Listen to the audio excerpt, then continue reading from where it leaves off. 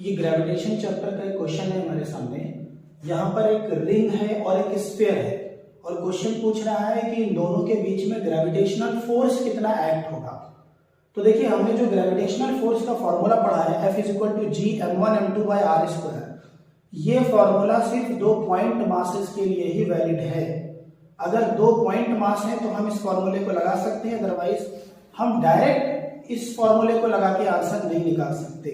जैसे यहाँ पर एक रिंग है और एक स्फीयर है, ये दोनों भी अलग अलग बॉडीज हैं। एक स्फीयर जो है ये एक पॉइंट मास है, लेकिन रिंग को हम पॉइंट मास कंसीडर नहीं करते हैं क्योंकि बीच में ये पूरा का पूरा एम्प्टी है, इसके मास नहीं है, इसका मास सिर्फ सर्कमफ्रेंस पर है।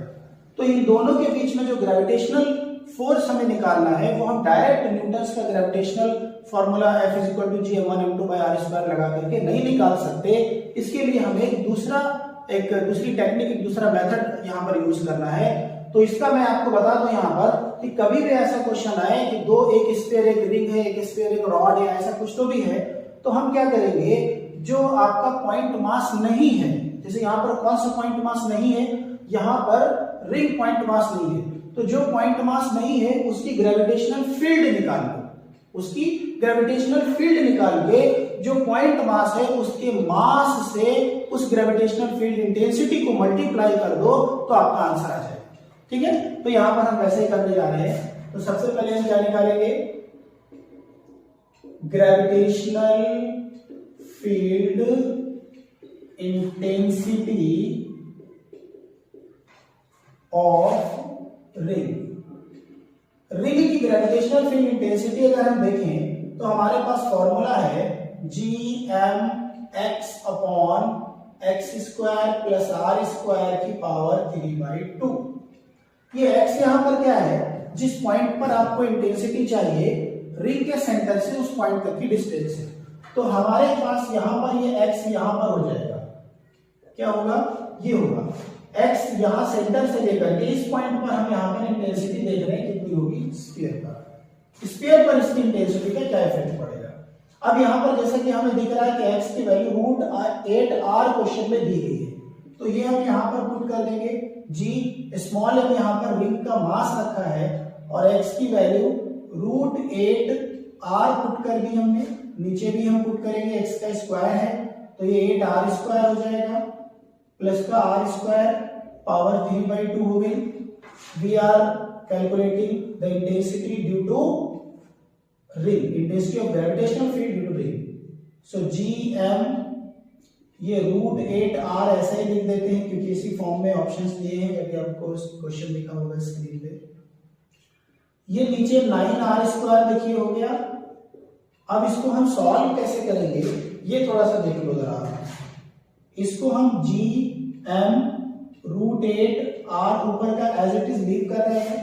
ये हम इसको 9 को 3 लिख लें अगर, तो ये 3r का होल स्क्वायर हो गया और फिर बड़े ब्रैकेट में इसको 3/2 कर देंगे। ऐसा कर सकते हैं। देखो ऐसा करने पर क्या होगा कि ये 2 पावर 2 से 2 कैंसिल हो जाएगी, ठीक, तो 3r का होल क्यूब ओनली बच जाएगा।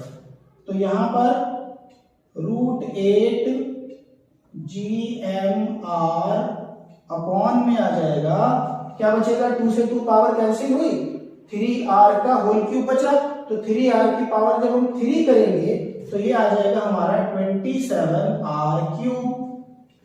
ओके, ये 27r³। अब एक r से r कैंसिल कर दो तो ये बन गया आपका √8 Gm upon 27r²। Now this is the gravitational field produced by the ring on the sphere. Sphere के ऊपर इस ग्रेविटेशनल फील्ड का ये इफेक्ट होगा। और अब हमको निकालना है ग्रेविटेशनल फोर्स। तो अब हम देखिए आगे करेंगे, अगले स्टेप में हमारा बस आंसर आ जाएगा।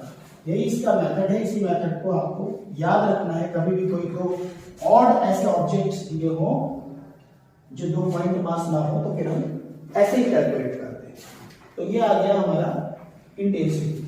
Now gravitational force between ring and sphere, ठीक है।